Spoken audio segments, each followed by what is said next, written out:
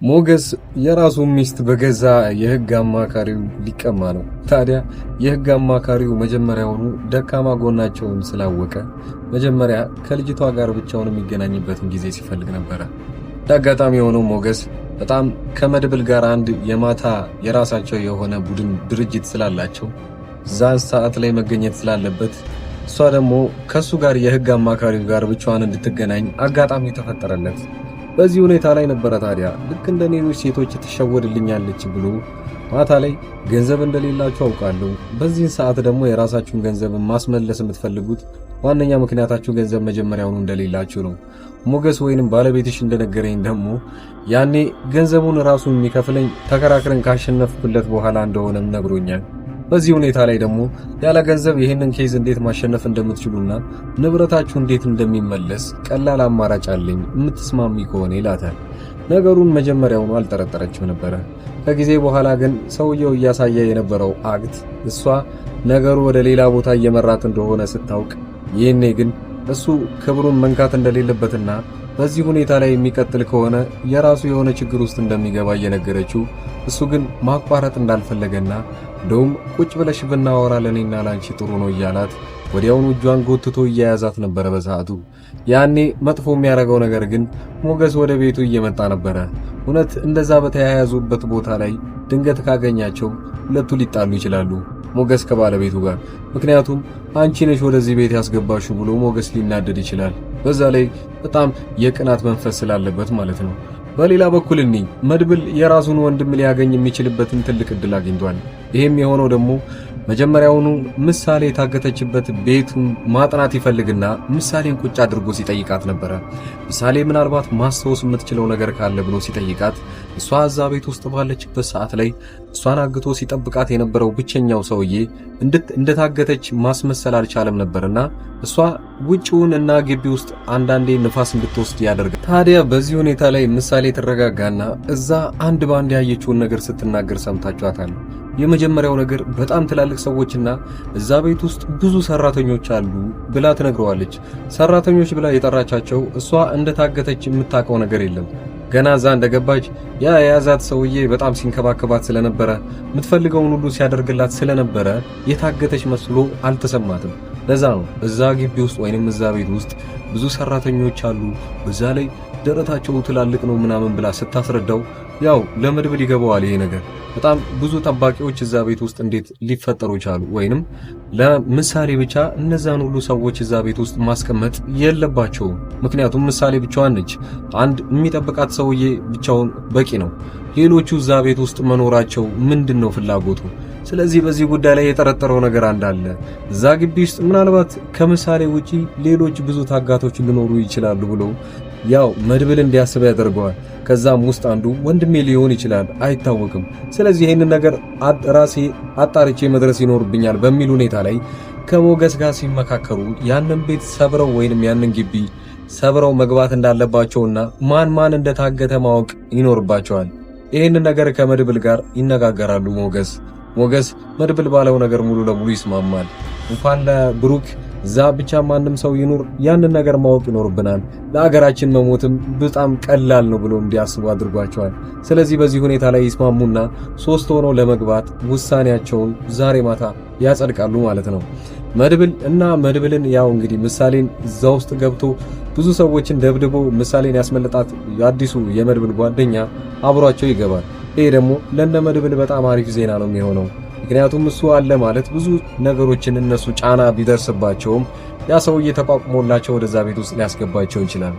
እና በምሳሌ ድራማ ላይ እንዳያችሁት ሲን የመጀመሪያው ላይ እዛ ቤት ውስጥ አንድ ቤት የፈራረሰ ቤት ውስጥ አንድ ሰው እግሩ ደምቶና ብዙ ነገሩ ተጎድቶ አይታችሁታል። ምናልባት ይሄ ሰውዬ ከብሩክ ጋር የተቀራረበ ነገር አለው ማለት ነው። ስለዚህ ብሩክ እንደዛ የደበደቡት እዛ ቤት ውስጥ ካስቀመጡት ያው መድብል በቀላሉ ያገኘውና የወንድሙን ትክክለኛ በህይወት መኖሩን ያረጋግጣል ማለት ነው። መድብል ከዛ በፊት ግን ይሄንን ነገር ሳይሰማ በፊት ፖሊሶች ደውለውለት ያንዴ የብሩክ ስልክ ተከፍቶ እንደነበረና ድጋሚ አሁን ደግሞ እንደተዘጋ ሲነግሩት ያው በህይወት ስላለ ነው እንጂ ኢየሱ ስልክ ምን ይሰራላቸው ድረስ እስካሁን ያስቀምጡታል። ዘግተውም እስከ መጨረሻው ማጥፋት ይችሉ ነበር። እሱ ከሞተ ሌላ መረጃ እንዳይገኝባቸው ሰሚል ያንን ስልኩን እስከመጨረሻው ድረስ ደልተውት ወይ ሰባብሮት ሊጥሉት ይችል ነበር። አሁን ግን እንዳጋጣሚ መከፈቱ ለነሱ ትልቅ ፍንጭ ሰጥቷቸዋል ማለት ነው። መድብል ይሄንን ነገር ማጣራትና የመጨረሻውን ነገር ይደርስበታል። ቅድስት በራሷ በኩል ከምሳሌ እየደረሰባት ያለው ጥያቄ አሁን ድረስ በጣም እያጨናነቃት ነው። መጨረሻ ላይ ግን ልንገራት እንዴ ብላ የራሷን ውሳኔ ልትወስን ነው። ያው ቅድስት ለምሳሌ የምትነግራት ምን ብላ ነው? አባትሽ ጠፍቷል ወይንስ ሞቷል ብላ ነው የምትነግራት። ያው ምሳሌ በመጨረሻ ሰዓት ላይ ግን ስታለቅስና አባቷ በጣም እንደናፈቃትም ጭምር እየተናገረች ስቅስቅ ብላ ስታለቅስ ነበር። ቅድስት ይሄንን ነገር መቆጣጠር አትችልም። ከዚህ በኋላ እውነቱን አውቃ አርፋ ብትቀመጥ ይሻላል ብላ እያሰበች ነው ያለችው። መድብል ተሳክቶለት እንግዲህ ያው ብሩክን ካገኘውና እዛ ቤት ውስጥ ትክክለኛ መኖሩን ካወቀ በኋላ የመጀመሪያው የሚያደርገው ነገር ቢኖር ከዛ ቤት በደህንነት ማውጣት ነው።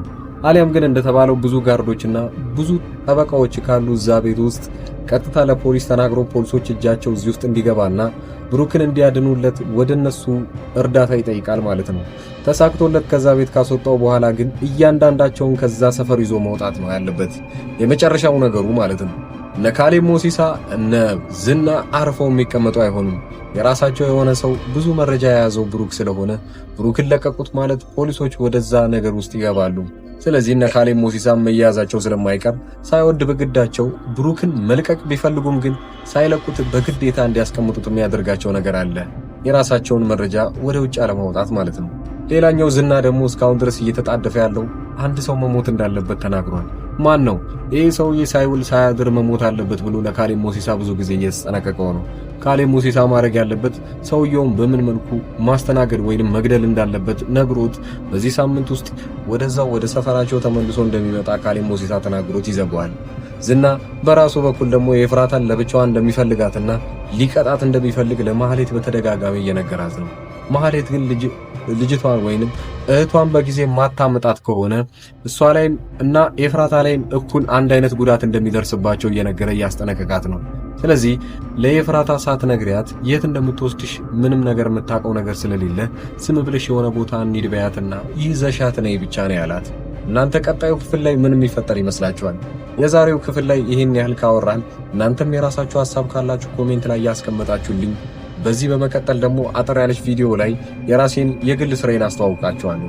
አዲስ አበባ ውስጥ ቁጭ ብዬ የምሰራው አንዳንድ የዴሊቨሪ ስራዎች አሉ።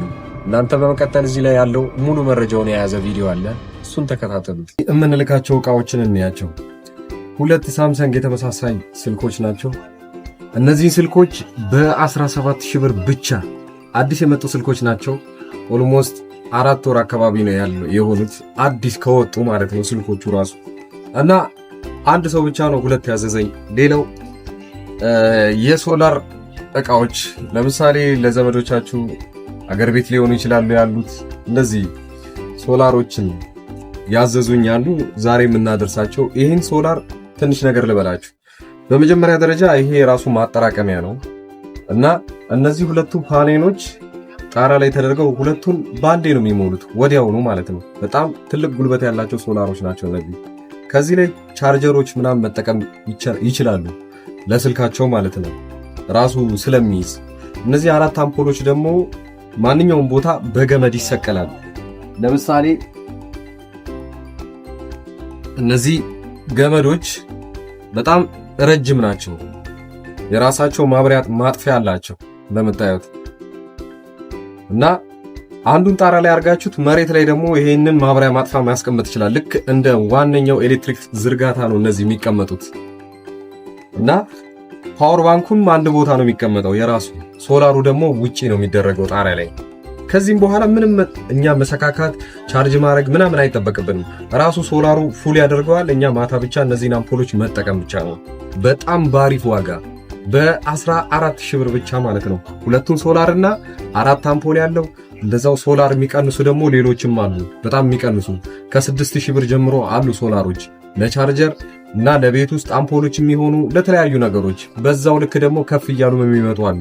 እስከ 40000 ብር የሚሸጡ ትላልቅ ለምሳሌ ቲቪዎችን ምናምን እንዲሰራ የሚፈልጉ ሶላሮች አሉ።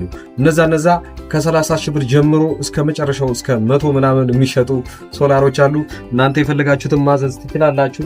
ስልኮችም እንደተባለው ብዙ ስልኮች የምታዘዘው ስልክ ላይ ነው እና አሁን ይሄ አንድ ሰው ቦታ ላይ የሚላክ ነው። ከዚህ በፊት ልጅቷ አዛ ያንን ከደረሰላት በኋላ ልክ ነው ብላ ለጓደኛዋ ደግሞ ከዛ በኋላ ያዘዘችው ስልክ ነው።